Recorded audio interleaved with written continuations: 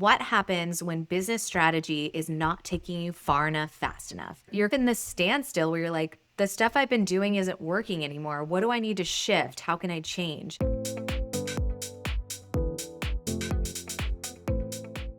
All right, beautiful souls, welcome back to this week's episode of the You Unlimited podcast. I am so incredibly grateful that you are here. We're going to be digging into the topic of what happens when business strategy is not taking you far enough, fast enough. Because my guess is you probably invested in business coaches, business mentors, and it's only gotten your business so far, like to a certain point. And at some point you're like, okay, I either want to burn it to the ground because it's not exactly the thing I want to show up to day in and day out anymore because I think I kind of built someone else's business. Or you're kind of in this standstill where you're like, the stuff I've been doing isn't working anymore. What do I need to shift? How can I change? And so sometimes we think, okay, let me just fine tune this strategy. And we keep doing that and tweaking it and shifting it. And ultimately what I feel like our soul is really asking us to do is to say like, tune into the part of yourself that is simply saying the old strategy is out, the new strategy is in. And the new strategy is your soul strategy, meaning how did my soul desire to build this business, right? You're the one who's showing up for it day in and day out. And so often what we end up doing is we end up outsourcing our ideas, the next level version of ourselves. And essentially what we're doing is it's not allowing us to really tune in and say, well, wait, how did my soul come here to build it? Like what would make me inspired to show up for it day in and day out? And what does that look like? So there's probably a part of you that feels like she's kind of stepped into this next level version of business, but there's either something stalling or it's just not as exciting. And it feels like something needs to change. Like it feels like a big pivot is coming. And what do you do from here? Because I honestly, so many of my clients, myself included, have been in this moment where it's like, I feel like everything needs to pivot. Like I'm at this beautiful spot in business, but I feel like it's not 100% me anymore. Like something needs to change. And so what we're being invited into when we feel like there's a part of ourselves that's not fully expressed or there's something that just feels like it's missing, this is where we have to start tuning into our soul and our intuition around what is next. So the beautiful thing about that is when we don't exactly know what's next, this is where we start to get really confused. Like we're like, what do I do? Do I just keep doing the same thing? And then you end up doing that. And ultimately what you're doing is you're kind of feeling like, okay, but I don't feel like it's enough. I don't feel like it's super fulfilling. Or maybe there's a part of me that kind of knows what to do, but she's nervous to change it because what's working or what's happening right now is working, but it's not necessarily the thing that I'm most excited about right now.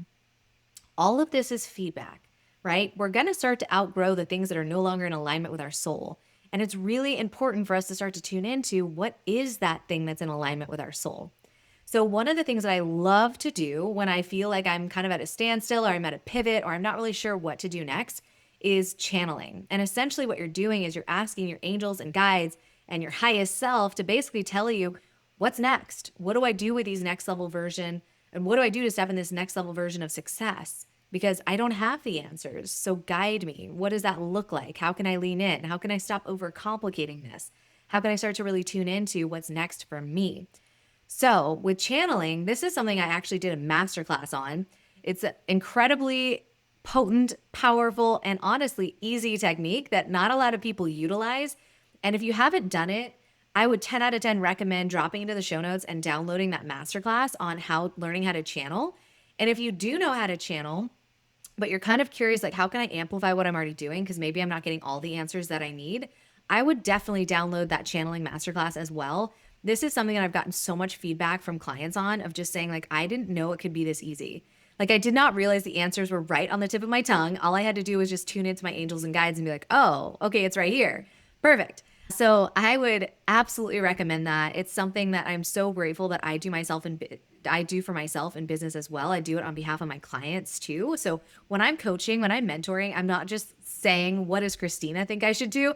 I'm actually tuning into the angels and guides and I'm channeling what your angels and guides desire you to know about your next level version of success and business. So I do that on behalf of my clients, but I also teach them how to do it as well, because I think it's really important to feel empowered, that you can step in and channel these incredible, almost like pieces of the puzzle or compass for the map to know what to do next. So I want to give that to you. So if that's something that you're interested in, that you're like, I don't know what to do next. I feel like I'm in a pivot. I don't feel like myself.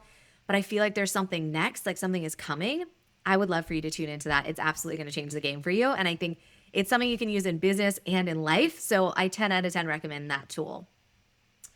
So sometimes, though, we know what to do next, but we don't actually do the thing. And this is something else that I love to tune into, and that's around your sacred capacity. So your capacity to do the next level version of, like, do the next level version thing. So often we get the intuitive ping or we channel the next step. And we're like, okay, I know what to do next, but for some reason I am procrastinating. I feel overwhelmed, like I can't do the thing, or I'm just not allowing myself to do it. Like I'm feeling really nervous about it. Like it feels too big. Like I've got a lot of stories about this next version of self. I don't feel like I want to step into it. I'm actually really nervous. So that is a capacity issue. And that's beautiful because what you're doing is essentially expanding into the next level version of yourself, which is really important. So when you start to expand into that version of yourself, it's really powerful to say like, okay, I started with the plate, which we were talking about. And if I want to start stepping into this next level version of self, the vision that I see possible for me after I channel, I'm being asked to expand into the platter that can hold the bigger version of me. Now, in order to become the platter, your capacity has to expand, which is really uncomfortable. So many of us do not want to do that. We start to revert back to the plate. And sometimes we're like, never mind, let me be like a teacup plate. Like, actually, I just want to go back to the basics. Like, I'm really, really nervous. I just want to be the tiniest little saucer, right? And so instead of actually going back to reverting back to the saucer, know that first of all, you're a plate, but how do I expand into this platter, into the version of me that can actually hold the bigger vision? And that is called nervous system capacity. So if we can start to heal the versions of ourselves that have the fear, the stories that are starting to come up for us, that this is going to take us to that next level version in business. So what I always guide people into is first and foremost, get really aware of what are the stories that I'm telling myself about this next level version. Am I saying it's not possible for me? It happens for everybody else, but not necessarily me. It can't be that easy. I'm scared to do it. What if people judge me? All of these things, right? These stories are going to come up around your capacity to hold this next version of self. So what I invite you to do when you're noticing these stories is when it comes up, start to ask yourself, when was the first time I experienced that story? So for instance, you might start to tune in and say, the first time I had a huge fear of judgment when I started speaking on a microphone or using a microphone was when my voice cracked in middle school when I was singing a solo, which is true. That's something that happened to me. I remember in middle school singing a solo and my voice cracking and a bunch of kids in the audience laughing. And I remember being like, oh my gosh, it is unsafe to have a microphone. I am out of this game. If it's not perfect, it's not enough. And I remember like almost like locking that story in place. So when I went to go launch this podcast several years back, everything was ready to go. The assets, the recorded episodes, like I was like ready to go. And the night before I was like on the verge of a panic attack. And I'm like, what is going on? Like, I know that I'm meant to do this. I channel that this is the next step. I feel nothing but excitement about this. What is happening to me? And so what I did was I noticed the stories that were coming forward, which was like, it's not safe if it's not perfect. Like, you're not allowed to be seen. You're going to get judged. And I'm like, when was the first time I felt judged with a microphone? And I went back to that story, that version of me that felt like she was being judged and felt like if she didn't do it perfect, it wasn't enough. And so what happened was when I started to really tune into that, I got to really go back to that moment and reparent her through it. So essentially what I did was I allowed myself to say, first and foremost, what did I need to hear most in that moment?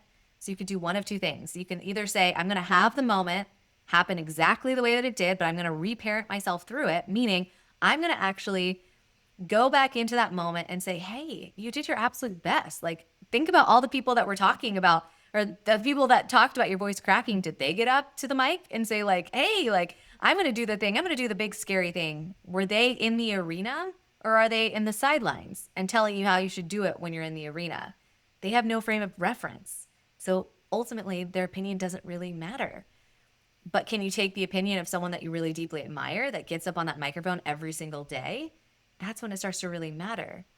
But I also want to validate her and her experience. So before really giving her that next, I guess, outer or 3,000 foot view versus the super zoomed in view, I always make sure that I validate her. So I'll say things like, hey, I get it. That didn't feel good in your body. I totally understand that. That actually felt like a part of you felt really unsafe when that happened, right? What do you need right now? And ask her what she needs. Open the dialogue. Does she need a hug? Does she need to know that she's safe? Does she need to know that she didn't screw up? Does she need to know that her parents still love her? Does she need to know that she still loves her? Does she need to know that she's safe? Again, like I was saying, a lot of it boils down to safety. Give her exactly what she needs, right? And then give her that 3,000 foot view or 300,000 foot view, right? So validate her, give her the 300,000 foot view, tell her what actually matters, and that might be exactly what she needs. Or the other thing that you can do is actually rewrite the memory, which is really powerful. It's kind of like what hypnosis does. It brings us back into that moment, and it's like, how can I actually change the energetic connection to this experience? Let me rewrite the memory. So what I could have also done is go in, and this is what I did. I actually went in, I saw myself singing. I sang it better than I had ever sang it before. There was a standing ovation. Everyone's like, yeah, way to go, Christina. Like, woo, And I was witnessing this and I got so excited. And it was like, yes, like, wow, I feel so good. And because I went back in and I rewrote that memory, it actually allowed me to, when I came back into this present moment, I didn't feel the fear like I did before. So what I did was I cleared the energetic charge from that experience. And I was then able to launch this beautiful podcast. Within 2 months, it became a top podcast worldwide. And ultimately, what that did is it got me out of my own way to show up and serve, right? Everything that you're creating, your heart and soul is desiring to serve somehow. We just have to get out of our own way. And so the way that we do that is we start to recognize, what are the stories that I'm telling myself that aren't serving me anymore? And how can I begin to rewrite those? So if that felt complicated to you, like you're like, oh, how do I even like rewrite these things? Just shoot me a DM on Instagram. I'm happy to support in many different ways. So my Instagram handle is at I am Christina Deering. I am so happy to support if you're like, I am actually stumped and I don't really know how to like rewrite this memory, but it's coming forward for me. And I'm feeling like very flustered and upset. Like, this is something that I do with my clients every single day. I would love to support you. So let me know, reach out to me there. And then also, again, drop down in the show notes. Get that channeling masterclass. This is going to open you up to what your angels and guides want you to know, what your highest self wants you to know, so you can really step into this next level version of self that allows you to step into your soul strategy when things feel like they're stalling, when it feels like your soul wants to pivot. You have to understand how and where she wants to pivot, right? And so when we know where she wants to go and what to do next, it is a game changer, because then we can actually take inspired action versus just running in any direction and wasting our beautiful life force energy. So I hope that you found this supportive. I am sending you so much light and love. And until next time. Mwah.